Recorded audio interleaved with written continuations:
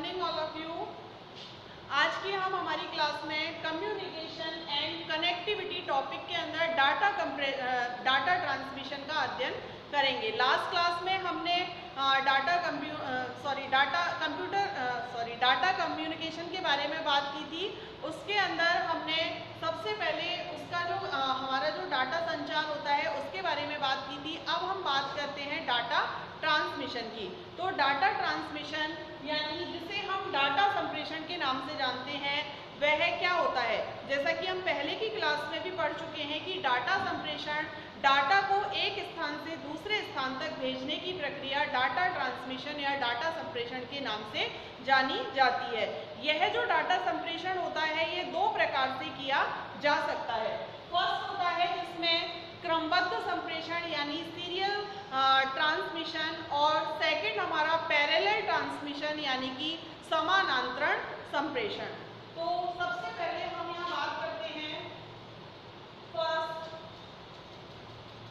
Serial transmission के बारे में।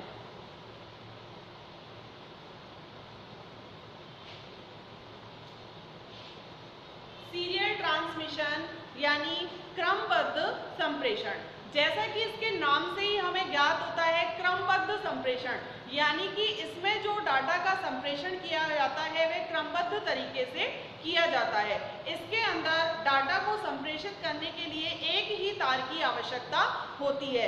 एक ही तार पर हमारे जितने भी बिट्स होते हैं वो एक एक करके उसी तार के माध्यम से यहाँ पर डाटा संप्रेषित करते हैं, इसलिए हम इसे क्रमबद्ध संप्रेषण के नाम से जानते हैं। इस संप्रेषण के अंदर सिर्फ एक ही तार की आवश्यकता होती है, इसलिए यह अत्यंत सस्ती तकनीक होती है और इसमें बिट्स एक ही तार पर प्राप्तकर्ता के पास में बिट्स के रूप में एक के बाद एक पहुंचते रहते हैं। इसके लिए हम उदाहरण के तौर पर देख सकते हैं कि जब दो कंप्यूटरों के बीच में आपस में संचार किया जाता है तो वह क्रमबद्ध तरीके से संचार किया जाता है, संप्रेषण किया जाता है। इसको हम यहाँ इस डायग्राम के माध्यम से भी समझ सकते हैं।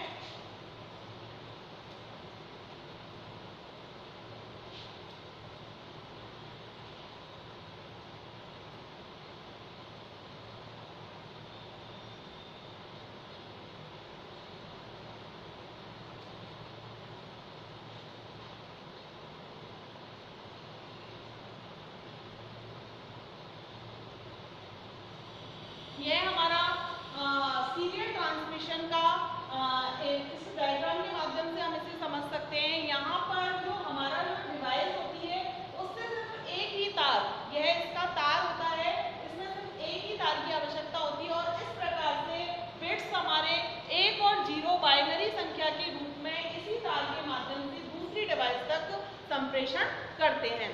तो यह होता है हमारा क्रमबद्ध या सीरियल ट्रांसमिशन। सेकंड है हमारा समानांतर संप्रेषण या पैरेलल ट्रांसमिशन।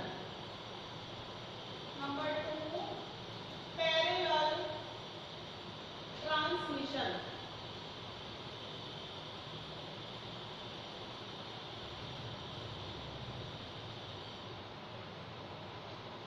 जैसा कि हमने क्रमबद्ध संप्रेषण के अंदर जाना था कि इसके अंदर जो ट्रांसमिशन होता है वह क्रमबद्ध तरीके से होता है, लेकिन पैरेलल ट्रांसमिशन के अंदर हमारा जो संप्रेषण होता है वह एक समानांतर तरीके से होता है। यहाँ पर जैसा कि क्रमबद्ध संप्रेषण के अंदर जो हमारा संप्रेषण था वो एक तार के माध्यम से होता है, लेकिन यहाँ पैरेलल ट्रांसमिशन के अंदर हमारा जो बिट्स होते हैं वे एक के बाद एक तारों के रूप में दूसरी डिवाइस तक पहुंचते हैं, यानी कि इसमें एक तार की अपेक्षा अनेक तारों की आवश्यकता होती है। इसलिए यह तकनीक थोड़ी महंगी भी होती है, क्योंकि जहां क्रमबद्ध में एक तार का प्रयोग किया जाता है वहीं पैरेलल में ऐसे अनेक तारों का प्रयोग किया जाता है। इसलिए तकनीक थोड़ी महंगी होती है, लेकिन इसकी जो डाटा ट्रांसमिशन की जो गति होती है वह अत्यधिक तीव्र होती है। समानांतर संप्रेषण के अंदर इसका जो उपयोग होता है वह एक ही स्थान पर स्थित दो कंप्यूटरों के मध्य या दो युक्तियों के मध्य डाटा संचार करने के काम आता है। जैसे कि किसी किया जाने वाला डाटा संप्रेषण। इसे हम इस डायग्राम के माध्यम से समझ सकते हैं।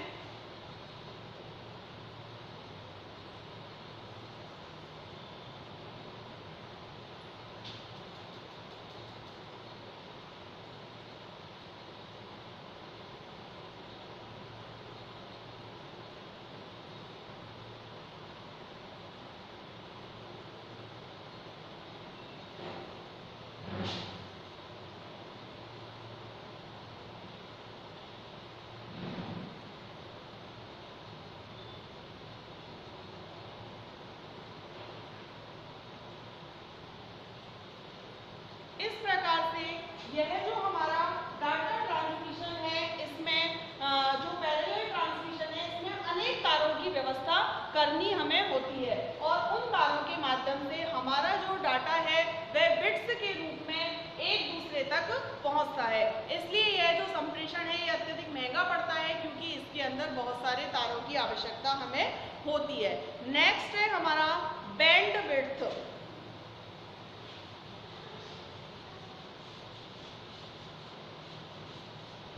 बैंड विड्थ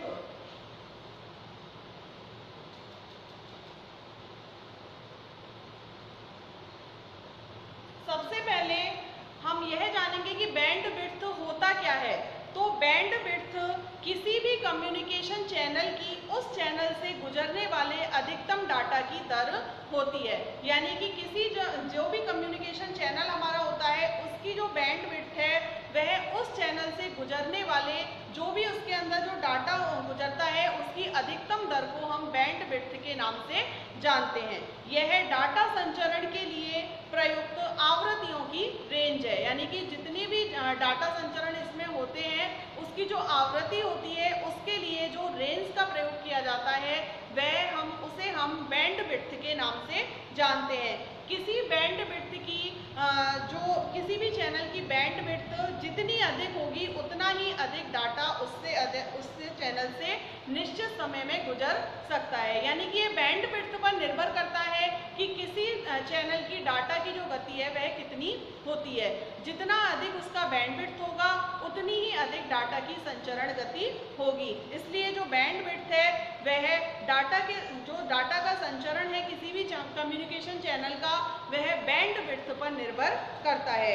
और डाटा संचार की गति भी बैंड विड्थ पर निर्भर करती है। जितनी अधिक बैंड विड्थ होगी उतनी ही अधिक डाटा संचरण की गति मिलेगी।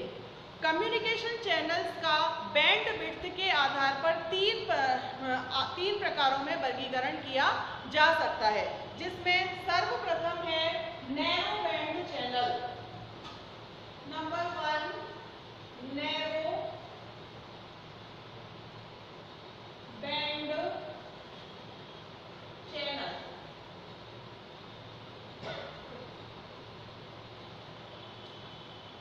यह जो नैरो बैंड चैनल है यह उन स्थानों पर प्रयोग में लिया जाता है जहां पर डाटा की मात्रा कम होती है।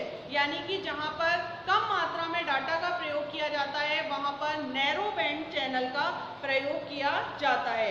इनका उपयोग मुख्यतः तार भेजने या कम स्पीड वाले कंप्यूटरों के साथ किया जाता है। सेकंड है voice band channel. Voice band channel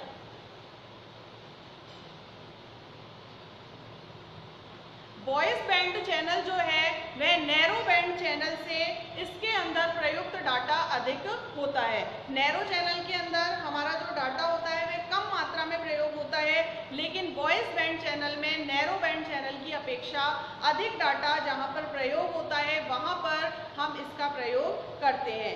इसमें संदेश को भेजने के लिए सामान्य टेलीफोन लाइनें काम में आती हैं और इसमें जो डाटा की मात्रा होती है वह 300 से 9600 प्रति बीपीएस तक हो सकती है। बीपीएस यानी बीपीएस का पूरा नाम होता है बिट्स पर सेकंड। तो 300 से लेकर 9600 बीपीएस तक इसमें डाटा की मात्रा हो सकती है। इसके मुख्य रूप से जो उदाहरण है वह है टेलीफोन सेवा, कंप्यूटर आदि। नेक्स्ट है third broadband channel. Third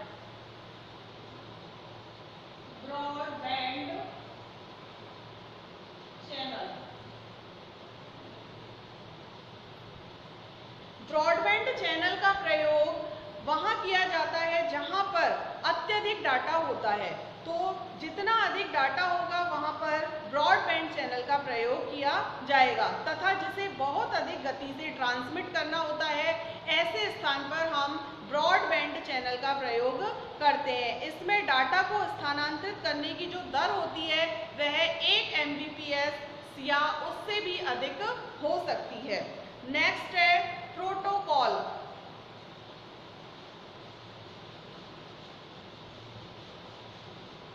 protocol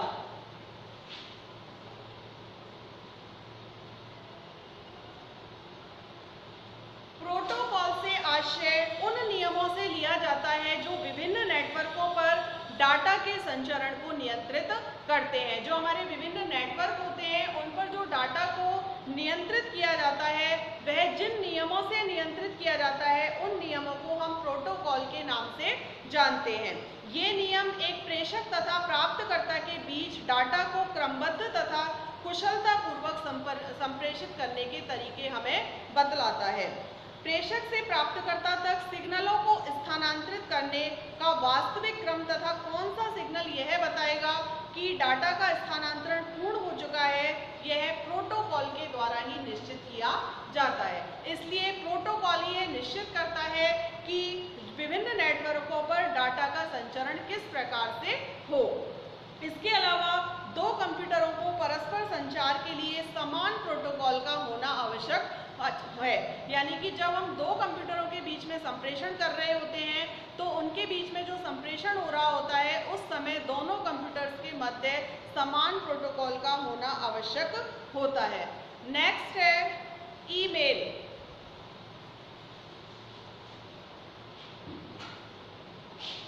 email जैसा कि आप सभी जानते ही हैं ईमेल के बारे में। ईमेल का अर्थ इंटरनेट से जुड़े हुए दो कंप्यूटरों के मध्य लिखित संदेश को भेजने की तकनीक से लिया जाता है। यानी कि जब दो कंप्यूटरों के मध्य हम किसी भी संदेश को, लिखित संदेश को भेजते हैं तो वह ईमेल के नाम से जाना जाता है। यह कार्य विभिन्न ईमेल प्रोटोकॉलों की मदद से किया जाता है। ईमेल संदेश में सामान्य टेक्स्ट के अलावा नॉन टेक्स्ट फाइल भी भेजी जा सकती हैं। यानी कि नॉन टेक्स्ट फाइल में जैसे हम जानते हैं चित्र, ग्राफिक्स, कोई इमेजेस, ध्वनि आदि जो होती हैं, उन सभी फाइलों को भी हम इसके अंदर, ईमेल के अंदर भेज सकते हैं। इसलिए इसमें टेक्स्ट फाइल के अलावा नॉन टेक्स्ट फाइल को भी एक दूसरे जगह पर ट्रांसमिट किया जा सकता है।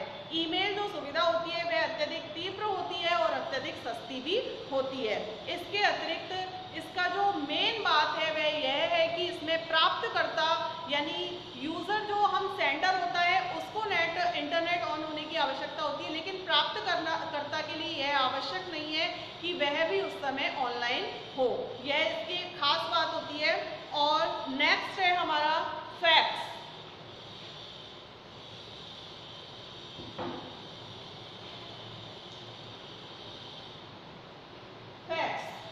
फैक्स को हम टेलीकॉपिंग के नाम से भी जानते हैं। फैक्स आपकी किसी हार्ड कॉपी यानी कि जो हमारा प्रिंटिंग मटेरियल होता है उसको स्कैन की हुई इमेज का टेलीफोन के द्वारा संचरण करना फैक्स कहलाता है। यानी कि कोई भी आपके पास में यदि प्रिंटेड मटेरियल है और उसको आप यदि फैक्स करना चाहते हैं तो फैक्स के लिए उस जो भी हमारा प्रिंटेड हार्ड कॉपी है उसमें जो भी टेक्स्ट या फिर कोई भी पिक्चर होगी तो उसको पहले स्कैन किया जाएगा और स्कैन करने के बाद में उस इमेज का टेलीफोन के द्वारा संचरण किया जाता है। वास्तविक दस्तावेज को फैक्स मशीन के द्वारा पहले स्कैन किया जाता है जो सारे कंटेंट्स को एक ही ग्राफिक्स इमेज मानती है। इसके पश्चात इस स्कैन की गई इमेज को बिटमैप में परिवर्तित कर दिया जाता है। तत्पश्चात इस डिजिटल रूप की सूचना को विद्युतीय सिग्नल्स के रूप में टेलीफोन सिस्टम के द्वारा भेज दिया जाता है। इस सूचना को प्राप्त करने वाली फैक्स मशीन इस कोडेड इमेज को पुनः डिकोड करके वास्तविक दस्तावेज की एक कॉपी को प्रिंट कर लेती है। तो इस तरह से जो हमारी फैक्स मशीन है वह क्या करती है, किसी भी प्रिंटेड मटेरियल को एक टेलीफोन के लाइन के द्वारा उसका संचरण किया जाता है। यदि दस्तावेज में सिर्फ टेक्स्ट हो तो भी उसे एक स्कैन्ड इमेज के रूप में माना जाता है। ऑनलाइन फैक्स करना तब श्रेयस्कर होता है जब यूजर मैसेज को केवल पढ़ना चाहता हो, यानी कि उसको जब पढ़ने की सिर्फ आवश्यकता होती है तो हम फैक्स का प्रयोग करते हैं। नेक्स्ट है हमारा वॉइस मैसेजेस, यानी ध्वनि संदेश। वॉइस मैसेज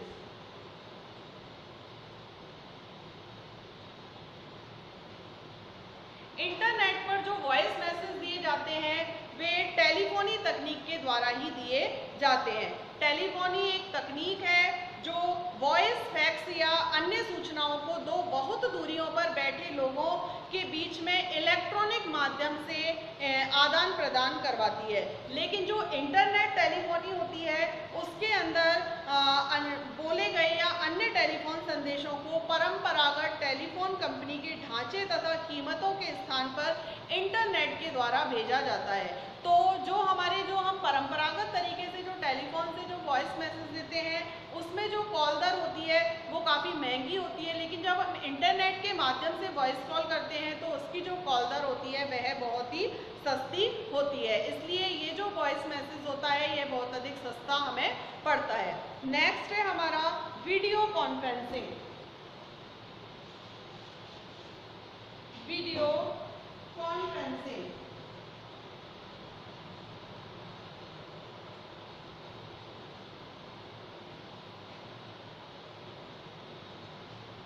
वीडियो कॉन्फ्रेंसिंग आज के युग में इंटरनेट के द्वारा जो हमें फीचर्स प्रदान किए जाते हैं उनमें सबसे ज़्यादा रुचिकर यानी इंटरेस्टिंग फीचर ये हमारा वीडियो कॉन्फ्रेंसिंग होता है।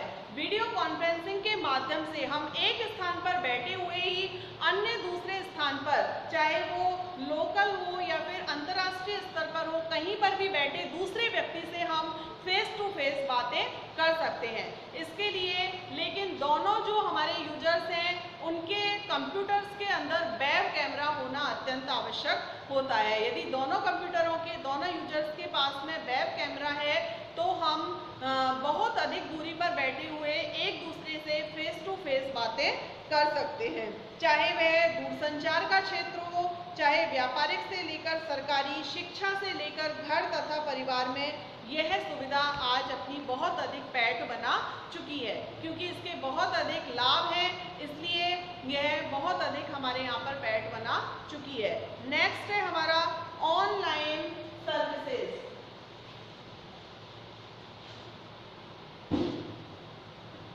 ऑनलाइन सर्विसेज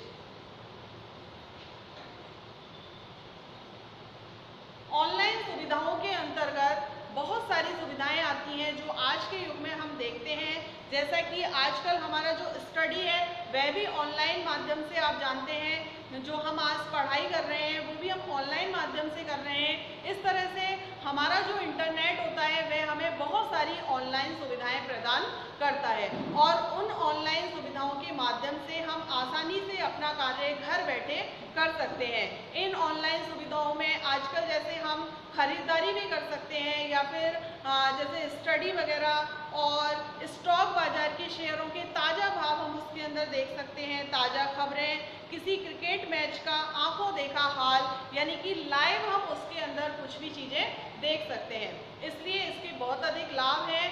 तो आज की हमारी क्लास में हमने डाटा ट्रांसमिशन के मुख्य प्रकारों के बारे में जाना और डाटा ट्रांसमिशन के अंदर जो मुख्य फीचर्स हैं उनके बारे में जानकारी प्राप्त की।